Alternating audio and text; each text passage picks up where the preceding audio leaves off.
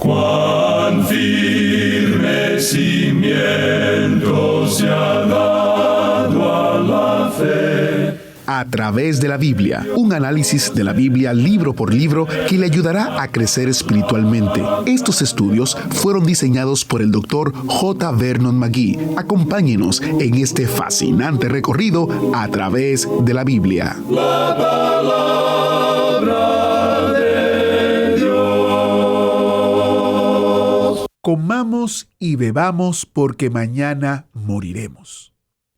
Parece una descripción correcta de cómo vive la gente hoy en día, ¿verdad? Bienvenido a través de la Biblia, el programa donde conocemos a Dios en su palabra. Soy su anfitrión, Heiel Ortiz, y me alegro de que usted esté a bordo del autobús bíblico para otro estudio en la palabra de Dios. Hoy estamos en Lucas capítulo 12 y oiremos una amonestación en cuanto a este tipo de existencia egoísta. ¿Alguna vez usted se ha sentido lejos de Dios, como si no hubiera camino de regreso? Durante este mes, gracias a las ofrendas y donaciones de oyentes como usted, ponemos a su disposición el librito El cuadro de El Hijo Pródigo.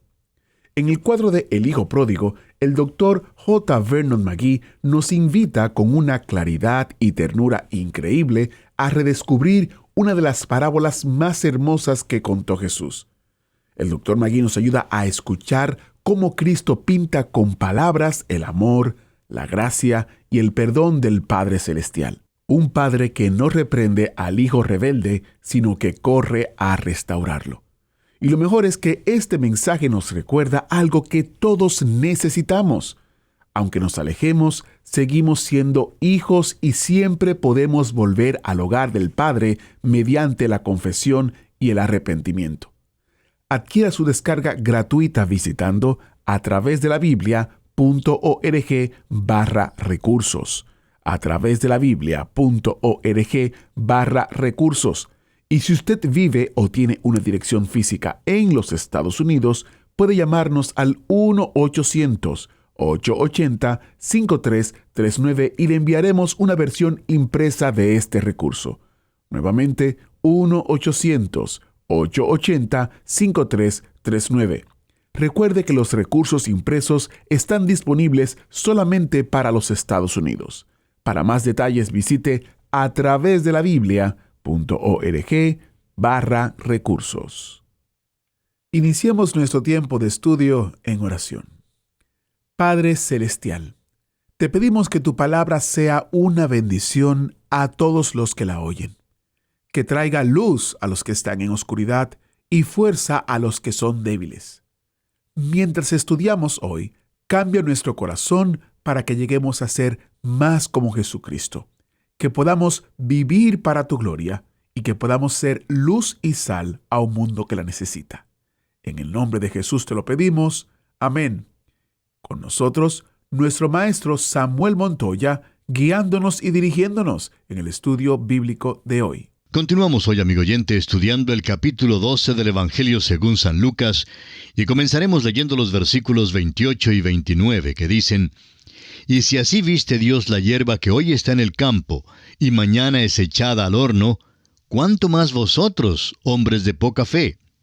Vosotros, pues, no os preocupéis por lo que habéis de comer, ni por lo que habéis de beber, ni estéis en ansiosa inquietud». Si usted, amigo oyente, es hijo de Dios, no se preocupe por lo que tiene que comer o por lo que tiene que beber, ni cómo se va a vestir. Confíe en Dios porque Él ha prometido cuidar a sus hijos. Lo importante es que usted y yo busquemos primeramente el reino de Dios, como dice el versículo 31. Es necesario que usted y yo busquemos la voluntad de Dios y la obedezcamos, nos sometamos a ella y entonces Él suplirá todas estas cosas como lo ha prometido. Pasemos ahora al versículo 35 y leamos hasta el versículo 40 de este capítulo 12 del Evangelio según San Lucas.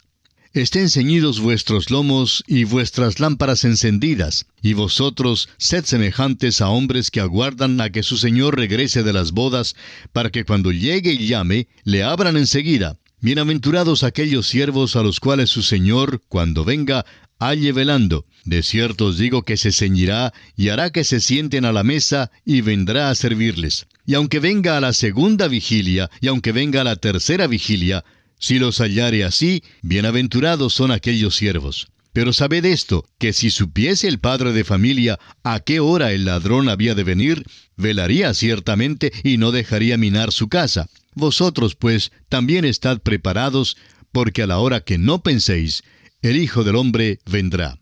En el oriente, un novio asistía a una cena de bodas con sus amigos y luego salía para buscar a la novia en su hogar. Se esperaba que los siervos del novio fueran vestidos para su trabajo y que tuvieran encendidas sus lámparas para la procesión de regreso. Toda la preparación para las bodas era un símbolo de la preparación para el regreso del novio.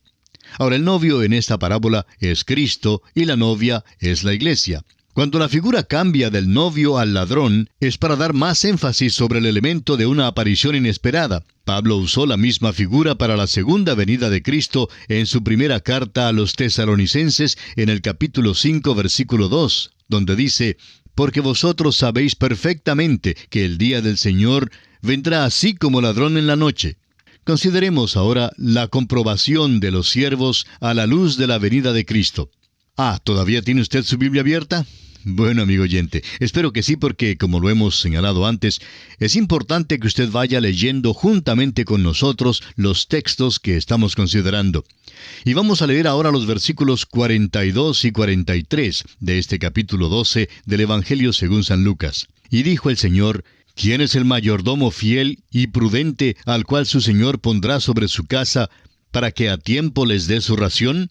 Bienaventurado aquel siervo al cual, cuando su señor venga, le halle haciendo así. Esta es una de las parábolas sobresalientes que nos enseña que debemos estar trabajando cuando venga el Señor. Muchos creen que el Señor viene pronto, y por tanto están esperando tranquilamente en lugar de estar trabajando. Amigo oyente, debemos vivir como si el Señor no viniera por 1000 años. Vamos a dejar de tratar de fijar una fecha para su venida y cerciorémonos de estar siempre preparados para su venida.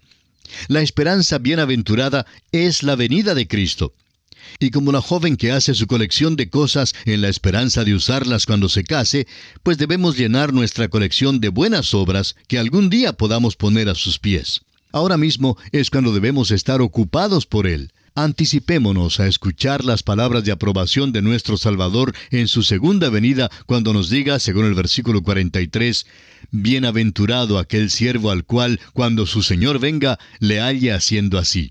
Y leamos desde el versículo 44 hasta el 46 de este capítulo 12 de Lucas, donde dice: «En verdad os digo que le pondrá sobre todos sus bienes. Mas si aquel siervo dijere en su corazón: mi Señor tarda en venir, y comenzare a golpear a los criados y a las criadas, y a comer y beber y a embriagarse, vendrá el Señor de aquel siervo en día que éste no espera, y a la hora que no sabe, y le castigará duramente, y le pondrá con los infieles». Esta parábola nos enseña 2 lecciones importantes. El escepticismo en cuanto a la venida del Señor causa, primero, un abuso de la autoridad, y segundo, una pereza en la conducta de uno. No debemos, pues, fijar fechas en cuanto a cuándo vendrá el Señor, sino que debemos vivir en la expectativa de aquel regreso. Debemos vivir como si el Señor fuera a aparecer en el próximo momento y tuviéramos que rendir cuentas delante de Él. Quizá no venga hoy ni mañana, pero la verdad es que viene. Estamos muy propensos a descuidarnos, debido a que Él todavía no ha aparecido. Creemos que las cosas pueden pasar inadvertidas para Él, pero en realidad no sucede así. En aquel día, cuando Él venga, seremos juzgados. Porque como dice el apóstol Pablo en su segunda carta a los Corintios, capítulo 5, versículo 10, es necesario que todos nosotros comparezcamos ante el tribunal de Cristo, para que cada uno reciba según lo que haya hecho mientras estaba en el cuerpo, sea bueno o sea malo. Solamente los cristianos comparecerán ante el tribunal de Cristo, y en nuestro juicio no se tratará la salvación. No será un tribunal criminal, sino un tribunal donde nuestra propiedad será lo que esté en peligro. Nos juzgará para ver si somos dignos de recibir una recompensa o no. Pasando ahora al versículo 49, notemos que Jesús declara que Él es causa de división. Leamos este versículo. «Fuego vine a echar en la tierra, ¿y qué quiero si ya se ha encendido?» El Señor Jesucristo sabía que su misión dividiría a los hombres y sería un elemento perturbador.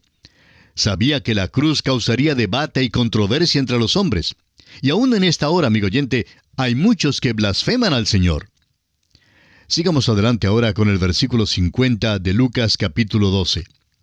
De un bautismo tengo que ser bautizado, y cómo me angustio hasta que se cumpla. Este versículo habla de la muerte de Cristo en la cruz. Y el versículo 51 nos dice, ¿pensáis que he venido para dar paz en la tierra? Os digo no, sino disensión. Ya han pasado 2 guerras mundiales y aún no tenemos paz. ¿Y ha notado usted, amigo oyente, cómo siguen estallando guerras en varias partes del mundo? Cuando una termina en una parte, otra estalla en alguna otra parte. Es que mientras haya pecado en el mundo, amigo oyente, habrá división y guerras. Isaías 57:21 nos dice, no hay paz, dijo mi Dios, para los impíos. No habrá paz en la tierra, amigo oyente, hasta cuando el Señor venga otra vez. Leamos ahora los versículos 52 y 53 de este capítulo 12 de Lucas. Porque de aquí en adelante, 5 en una familia estarán divididos, 3 contra 2 y 2 contra 3. Estará dividido el padre contra el hijo y el hijo contra el padre, la madre contra la hija y la hija contra la madre, la suegra contra su nuera y la nuera contra su suegra. Cuando una persona recibe a Jesucristo como su Salvador personal, es separado inmediatamente de los incrédulos que quedan a su alrededor. Y eso siempre ocurrirá, no importa si son parientes o amigos. Y esa es la separación de la cual Jesús está hablando aquí. Ahora, en los versículos 54 al 56, Jesús continúa exhortando, y decía también a la multitud, cuando veis la nube que sale del poniente, luego decís, agua viene, y así sucede. Y cuando sopla el viento del sur, decís, hará calor, y lo hace. Hipócritas, sabéis distinguir el aspecto del cielo y de la tierra, ¿y cómo no distinguís este tiempo? Y nosotros, a la luz de este pasaje bíblico, necesitamos reconocer, amigo oyente, la clase de tiempo en el cual estamos viviendo. El hombre se cree lo suficientemente grande y bueno como para lograr la paz en la tierra. Esta no es más que una falacia. El hombre, amigo oyente, es atizador de las guerras. Las Naciones Unidas fue formada para lograr la paz y mantener la paz en la tierra. Pero, amigo oyente, hoy en día las Naciones Unidas es uno de los mayores campos de batalla en todo el mundo. Necesitamos, pues, darnos cuenta que no habrá verdadera paz en el mundo sino hasta cuando Cristo vuelva. Pero, entre tanto, aquellos que creemos en Cristo Jesús, aquellos que le hemos aceptado como nuestro Salvador personal, podemos disfrutar de una verdadera paz interior como Él lo prometió en Juan 14:27, cuando dijo, «La paz os dejo, mi paz os doy. Yo no os la doy como el mundo la da. No se turbe vuestro corazón, ni tenga miedo». Y así, amigo oyente, concluimos nuestro estudio de este capítulo 12 del Evangelio según San Lucas. Y llegamos entonces al capítulo 13. En este capítulo veremos que Cristo predica el arrepentimiento. Consideraremos también la higuera estéril, la sanidad de la mujer encorvada, la parábola de la semilla de mostaza y de la levadura, la puerta estrecha, y finalmente veremos que Cristo reprende a Herodes y a Jerusalén. Ahora, solo Lucas registra el incidente en el cual Jesús sana a la mujer encorvada en la sinagoga en el día de reposo. En este capítulo, el doctor Lucas relata algunas cosas en cuanto al ministerio de nuestro Señor que no se mencionan en ninguna otra parte. Leamos pues los primeros 5 versículos de este capítulo 13 de Lucas. En este mismo tiempo estaban allí algunos que le contaban acerca de los galileos, cuya sangre Pilato había mezclado con los sacrificios de ellos.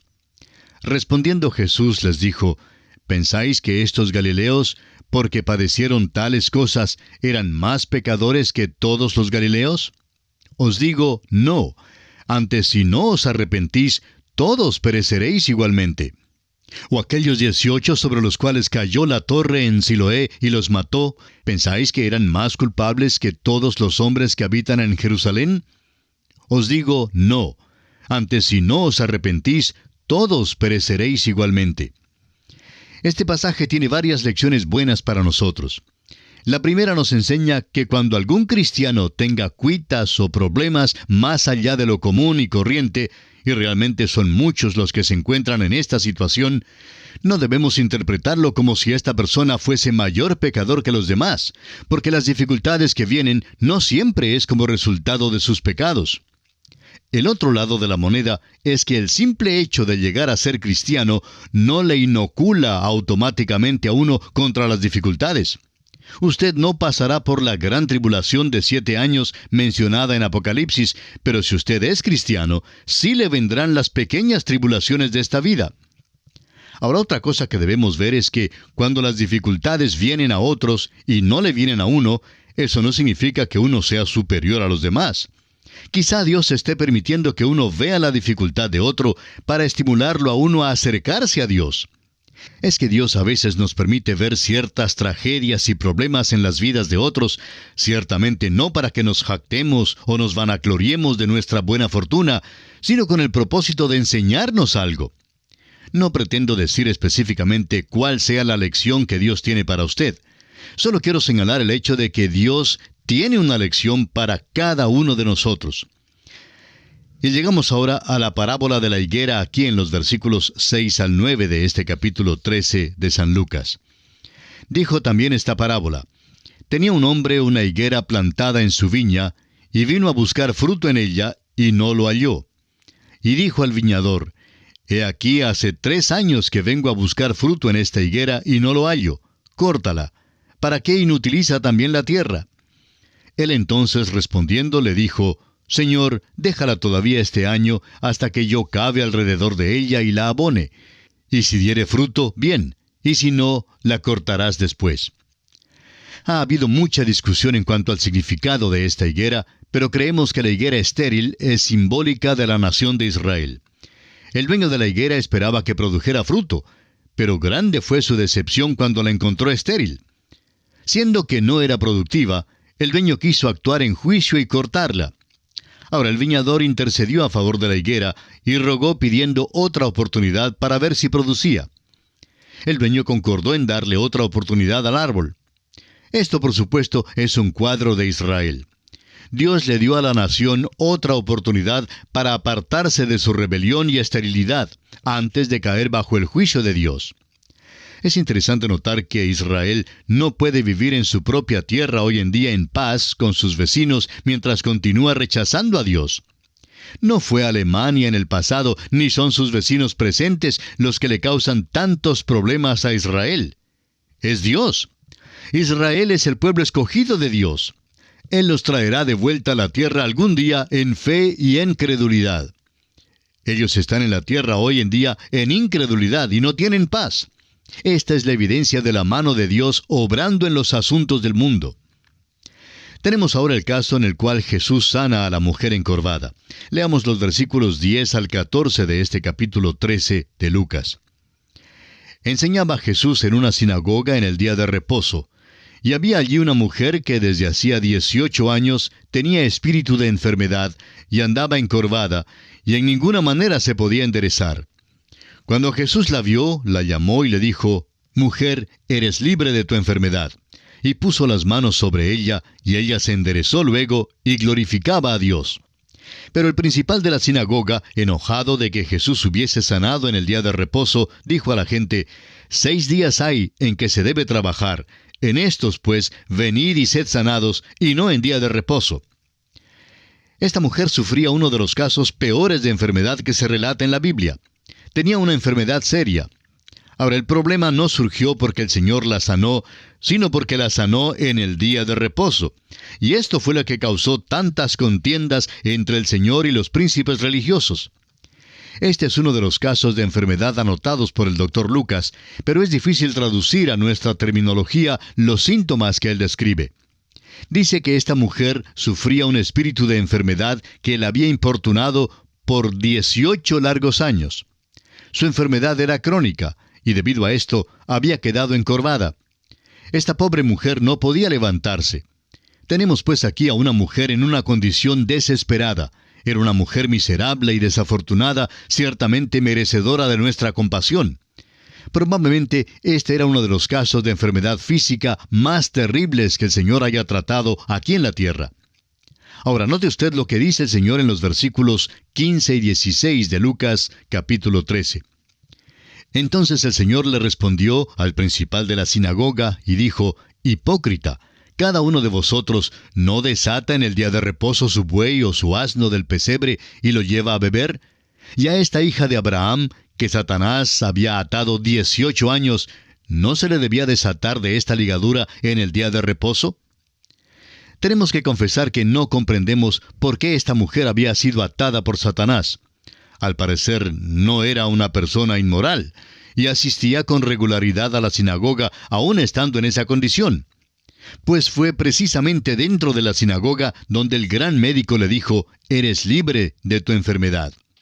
Y como ya leímos en el versículo 13 de este mismo capítulo, el Señor puso sus manos sobre ella e inmediatamente se enderezó y glorificaba a Dios.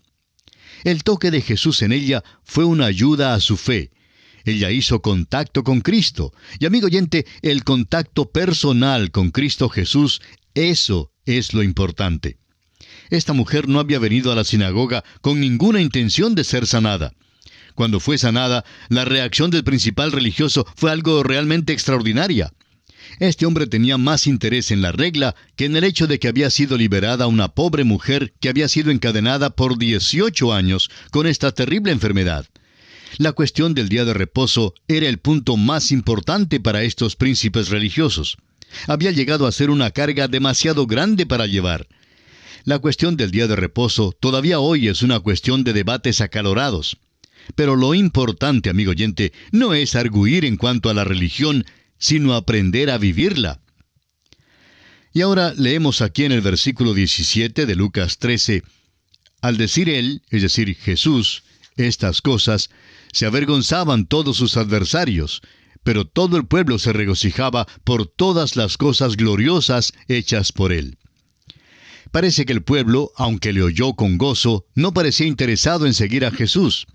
Y también le es posible a usted, amigo oyente, llegar a ser tan religioso y endurecido a la vez en su voluntad que excluye a Jesús de su vida. Puede que sepa usted todas las respuestas sobre la religión y que sea un perito en argumentos, como lo eran estos príncipes religiosos, pero la pregunta verdadera es: ¿ha dejado usted alguna vez que Cristo Jesús entre en su corazón? No hay ningún sustituto para este paso. ¿Está usted acaso lleno de dudas?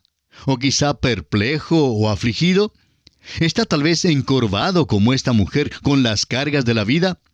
Pues entonces, amigo oyente, este es precisamente el momento de acudir al Señor Jesucristo tal cual está, con todas sus cargas y pecados, y Él le sanará y le recibirá. Él quiere ser su Salvador. Acuda pues a Cristo Jesús en este momento y ábrale las puertas de su corazón, recibiéndole como su único y todo suficiente Salvador. Y aquí nos detenemos por hoy y proseguiremos el estudio de este capítulo 13 del Evangelio de Lucas, Dios mediante, en nuestro próximo programa.